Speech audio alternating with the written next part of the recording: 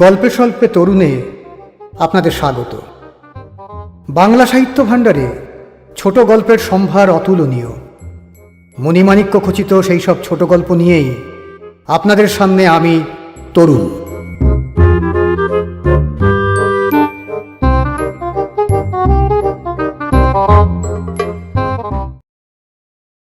আজকের গল্প অন্নের দাম।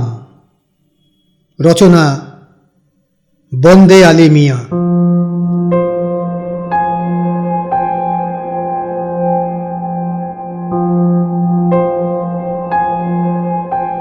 আষাঢ় মাস পার হয়ে শ্রাবণ এসে গেল, তবু আকাশে এক বিন্দু জলের সম্ভাবনা দেখা গেল না। গোলাগঞ্জে ধান চাল পূর্বের মতো প্রকাশ্যভাবে বিক্রয় হওয়া বন্ধ হয়ে গেল। আড়তে মহাজনদের চাল যা আছে তার দাম আগুন। বৌঝির গায়ের সোনা রূপা, ঘরের তৈজসপত্র আসবাব ধীরে ধীরে মহাজনদের গদিতে চলে গেল। তারপর নিরুপায় হয়ে ছেলেপুলে নিয়ে কচু সেদ্ধ, গাছের পাতা সেদ্ধ ইত্যাদি খেয়ে দিন কাটতে লাগলো। ঘরে ঘরে হাহাকার, আর্তনাদ। যাদের ঘরে সম্বৎসরের ধান উঠেছিল তারা কোম্পানির লোককে চড়া দামে বিক্রয় করে নোটের কাগজ বুকে জড়িয়ে উপবাস শুরু করেছে। অন্ন আজ একান্ত দুর্লভ। গাছের পাতা এবং মাঠের কচু ফুরিয়ে গেল, সুতরাং ঘরে ঘরে উপবাস চলতে লাগলো। কারো দুয়ারে একটুকু ফ্যানের প্রত্যাশা আর রইল না। গ্রামের অধিবাসীরা সকলেই গরিব। চিরকাল পরের বাড়িতে মজুরি খেটে দিন কাটিয়েছে। অনাগত দুর্দিনের জন্য একটি কড়ি সঞ্চয়ও কারো ঘরে নেই। আজ দুঃসময়ে কারো জোন জামাইয়ের প্রয়োজন হয় না। খামারে কারো এক মুঠো ধান নেই। বাপ মা ছেলে বউ নিয়ে সকলের দুর্দশার অবধি রইল না। ক্ষুধার জ্বালায় এতদিনের বাড়িঘর ছেড়ে দলে দলে সকলে শহরে চলল বাঁচার প্রত্যাশায়। নটবর দাস, হরি মাইতি, আহমদ শেখ এবং আরো দু একজন গ্রাম ছেড়ে গেল না। এদের কারো দু তিনটি অবিবাহিতা কন্যা কিংবা তরুণী বিধবা বোন, ভ্রাতৃবধূ এবং কারো বা সুন্দরী স্ত্রী তাদের যাবার অন্তরায় হয়ে সম্মুখে দাঁড়ালো। দীর্ঘ নিঃশ্বাস ফেলে তারা মরবার জন্য প্রস্তুত হতে লাগল। পেটের দায়ে ইজ্জত খোয়াতে তারা তো আর পারবে না। নায়েব রাজীব লোচন খোরশেদ পাইককে সঙ্গে নিয়ে গ্রামের অবস্থা দেখবার জন্য বের হয়েছিল।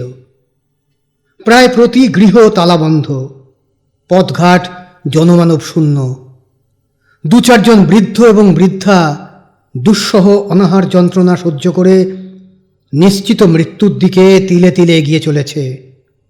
মাঝে মাঝে তাদের সকরুণ আর্তনাদ শুনতে পাওয়া যাচ্ছে। আশেপাশে 2-3 মাইল রাজীব ঘুরে এলো। প্রতি গ্রামের অবস্থা একরূপ। সূর্য কিছুক্ষণ পূর্বে অস্তমিত হয়েছে।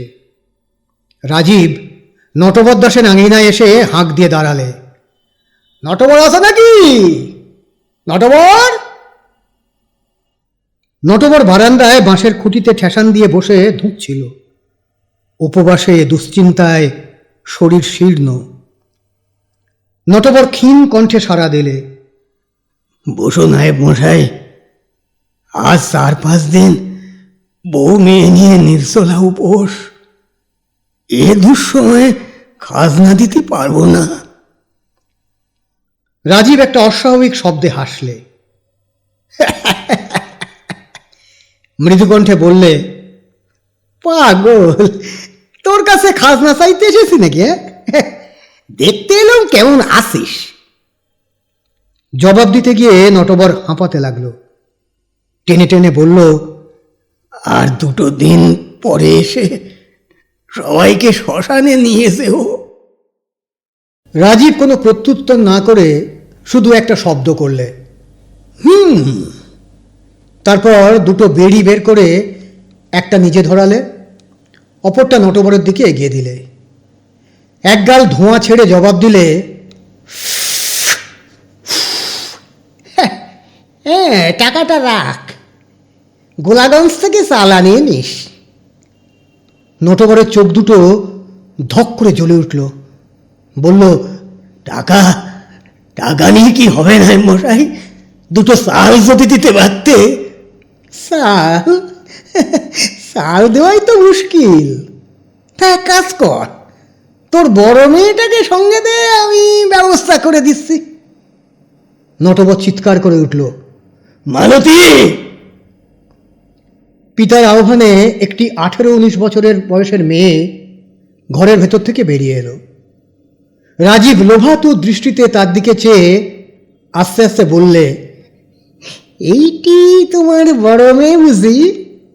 হা হা হা, না খেয়ে খেয়ে কি সিঁড়ি হয়েছে দেখো। হ্যাঁ, তা ওকে আমার সঙ্গে পাঠিয়ে দাও, কিছু চাল দিয়ে দেবো। হ্যাঁ দেখো নটবর, বেশি তো একসঙ্গে দিতে পারবো না, রোজ বিকেলের দিকে ওকে একবার পাঠিও, সেরখানেক করে নিয়ে আসবে। হ্যাঁ, আর এক কথা, এই কথা আর কাউকে যেন বলো না বাপু, পাড়ার 5 জনকে তো আর দিতে পারা যাবে না। নটবর কৃতজ্ঞতায় গলে গেল। টলটে টলটে ছুটে এসে রাজীবের পা জড়িয়ে ধরে হাউ হাউ করে কেঁদে ফেললে,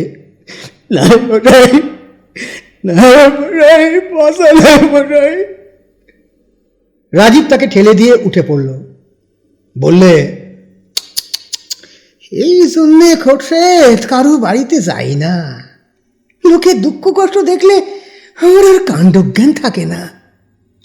এদের যে রোজ 1 সের চাল দিতে চাইলুম, আজকের দিনে এই চালের দামটা কত ভেবে দেখো দেখি খোরশেদ। খোরশেদ মাথা নেড়ে মনিবকে সমর্থন করলে, আপনার দয়া শরীর হুজুর, আপনি না দিলে এদের আর জান রক্ষা হয় না। কথাটা অতিশয় সত্য। রাজীব উঠে দাঁড়ালো। মালতী বাড়ি থেকে বের হয়ে তার পিছু পিছু চাল আনতে চলল। নটবর মনকে দৃঢ় করলে, রাজীবকে সে জানে, নারী মাংস লোলুপ এই ব্যক্তিটির পূর্ব ইতিহাস বিশেষ সুখশ্রাব্য নয়। প্রতিদিন সে 1 সের চাল দেবে, এর বিনিময়ে সে যা প্রার্থনা করবে এ কথা অনুমান করে সে মনে মনে শঙ্কায় কণ্টকিত হয়ে উঠল। কিন্তু আজ সে নিরুপায়। এক বেলার অন্যের সংস্থান যার নেই, তার মান ইজ্জতের বালাই রাখলে চলবে কেন? পিতা হয়ে তার অনুরা সুন্দরী কন্যাকে পাঠিয়েছে নরশার্দুলের গহ্বরে এক মুষ্টি অন্নের জন্য। হয়তো তার নারী ধর্মকে অক্ষত রেখে সে আসতে পারবে না, কিন্তু উপায় কি? সন্ধ্যার কিছু পরে মালতী ফিরে এলো। এসেই আঁচলের গেরো খুলে বারান্দার উপরে চালটা ঢেলে দিয়ে ঘরে গিয়ে ফুঁপিয়ে কেঁদে উঠল।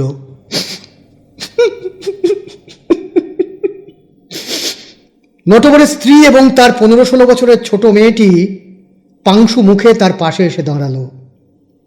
নটবর বিষয়টা অনুমান করেই বারান্দা থেকে হুঙ্কার ছাড়লে, খবরদার, ওসব কান্দাকাটি চলবে না। যারা খেতে পায় না তাদের আবার ইজ্জত আবার কি? হ্যাঁ, আর 4-5 দিন উপসে কাটছে, যা হোক 2টি সেদ্ধ করবার ব্যবস্থা করো। নটবরের স্ত্রী চালগুলো নিয়ে রান্নাঘরের দিকে চলে গেল। ছোট বোন আন্না চুপি চুপি প্রশ্ন করলে, কি হয়েছে রে দিদি? মালতী খানিকক্ষণ চুপ করে থেকে আস্তে আস্তে জবাব দিলে, চাল আনতে আমি আর যাব না রে। নায়েব লোকটা ভারী ইয়ে, চাল দেবার জন্য একটা ঘরের মধ্যে ডেকে নিয়ে গেল, পাইক ঘরের দরজাটা বন্ধ করে দিল। আমি আর যাব না। আন্নার বয়স কম। মালতীর দুর্দশার কথা শুনে মুখে আঁচল চাপা দিয়ে খুক খুক শব্দে হেসে ফেললে। মালতী সাপের মতো গর্জে উঠল, পড়তিস যদি ওই লোকের পাল্লায়, তবে হাসি বেরিয়ে যেত। পোড়ার মুখী, এখন যা এখান থেকে। আন্না বললে, তোর সবটাতেই বাড়াবাড়ি। মেয়েদের একা পেলে পুরুষদের অমন একটু আর 2 ইয়ার্কি দেবার শখ হয়ে থাকে। সব পুরুষই সমান। ঠিক আছে, কাল আমি চাল আনতে যাব। ওষ্ঠ দুটি বিস্ফারিত হয়ে মালতীর মুখে এবার হাসি দেখা দিল। বললে, নিহার, কিন্তু চালের যা দাম দিয়ে আসতে হবে তা সারা জীবন ভুলতে পারবি না। পরদিন আন্নাকে চাল আনতে মালতী যেতে দিল না, বরং বিন্যাস করে সে নিজেই গেল এবং ফিরে এসে চাল তো দিলই, উপরন্তু 2 টাকাও দুঃসময়ে সংসার খরচ বাবদ আঁচলের খুঁট থেকে খুলে পিতার পায়ের কাছে রাখলে। টাকা দুটির দিকে নটবর ভ্রুক্ষেপ মাত্র করলে না, কঠিন চোখে বাইরের দিকে চেয়ে জোরে জোরে হুঁকা টানতে লাগলো। রাস্তার ওপাশে হরিমাইতির বাড়ি। একান্ত অসময়ে তার বউয়ের তীক্ষ্ণ কণ্ঠ জনহীন গ্রামের নিঃশব্দ শূন্যতাকে চিরে ফালা ফালা করে দিলে। যে মিংসে ছেলে বউকে খেতে দিতে পারে না তার মুয়ে আগুন। দুধের বাসারা আমার 4-5 দিন উপোস করে কাতরাচ্ছে, 1 ফোঁটা জল মুখে দিতে পারলুম না। হরির গলা শোনা গেল, কথা শোনো মাগির, নিজের দুমুঠো দুধছে না, তোদের দেওয়া কেমন করে? হ্যাঁ, এতকাল খাইয়েছি পড়িয়েছি, এখন আর পারবো না। তোরা যেখানে ইচ্ছে যা, যা খুশি করবে যা। বউ জবাব দিলে, হ্যাঁ, যা খুশি করব, যেখানে ইচ্ছে যাব। গায়ে 10 জনে শহরে গেল মেঘে খাওয়ার জন্যে, তুইও গেলি না, আমাদেরও যেতে দিলি না। ভারী নবাব রে, ঘরে বসে থাকলেই খাবার আসবে। হ্যাঁ, তোর মুখে নুরো জেলে যেদিকে 2 চোখ যায় আজই চলে যাব। হরির কর্কশ কণ্ঠ ঝনঝন শব্দে বেজে উঠল, যা যা, আমি বাসি বাবু, না খেয়ে মরে বাসি। জমিদার বাবুর পাইকের সঙ্গে কাল থেকে ফাঁসুর বুসুর করছিস, সে কি আমি বুঝি না কিছু? খেতে পড়তে দিতে পারছি না, তাই বলে চোখের সামনে এসব আর করিস না। নটবর নিঃশেষিত হুঁকাটাকে দেওয়ালের গায়ে ঠেসান দিয়ে রেখে উঠে দাঁড়ালো। সম্মুখে ও পিছনে মাথাটাকে বার দুই আন্দোলিত করে অস্ফুট কণ্ঠে আপন মনেই বলে উঠল, চোখের সামনে করবে না, ভারী মানে লোক রে। বেটার পেটে নেই ভাত, কিন্তু তেজটুকু ঠিকই আছে বলে হা হা শব্দে মৃত কণ্ঠ টেনে টেনে হাসতে লাগলো। সেই দিন রাত্রি প্রভাতে হরিমাইতির স্ত্রীর ক্রন্দন ও চিৎকারে বুঝতে পারা গেল তার 12 বয়সের ছেলেটি শুধুমাত্র অনাহারে শেষ নিঃশ্বাস ত্যাগ করলে। কোলাহলে নটবরের ঘুম ভেঙে গেল। কঠিন মুখে খানিকক্ষণ স্তব্ধ হয়ে বিভৎস কণ্ঠে হা হা করে উঠল,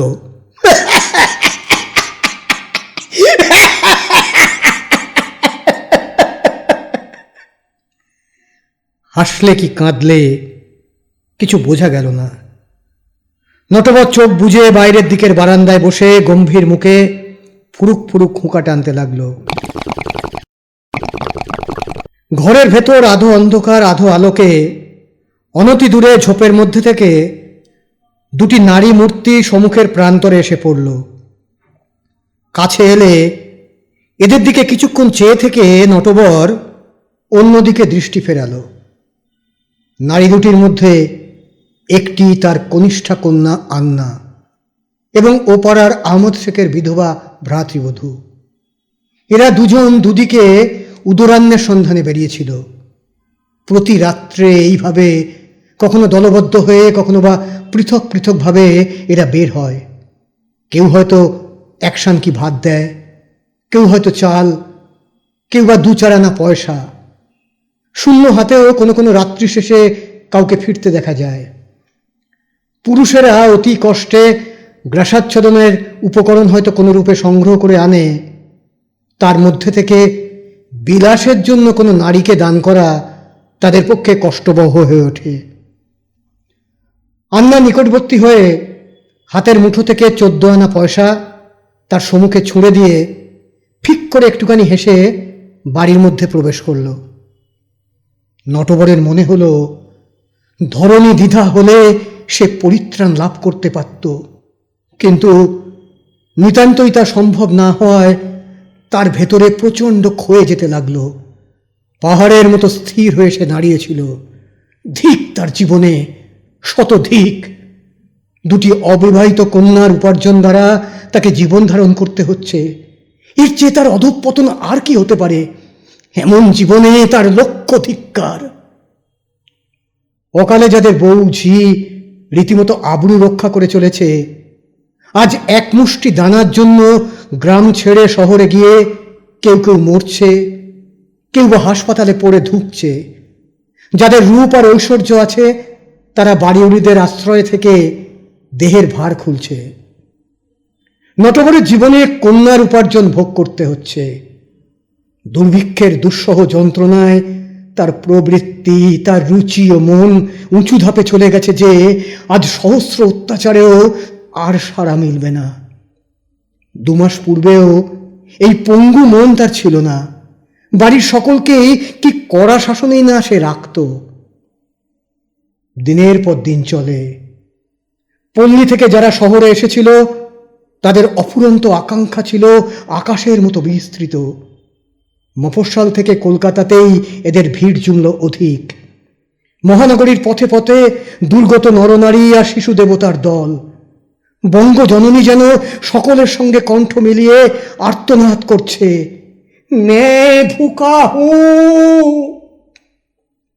আবার কেউ মার কোলে চিৎকার করছে, কেউ পিতার কাপড় ধরে পিছু পিছু ঘুরছে এবং ক্ষীণ কণ্ঠে ক্ষুধার আবেদন জানাচ্ছে। পিতা ও মাতা নিরুপায়, ক্ষুধায় দেহ অবসন্ন, অনিদ্রায় অনশনে শরীর নিস্তেজ, দ্বার হতে দ্বারে স্খলিত পদে ঘুরছে আর ক্ষীণ কণ্ঠে ভিক্ষা করছে, আজ 3 দিন কলের জল খেয়ে আসি মা,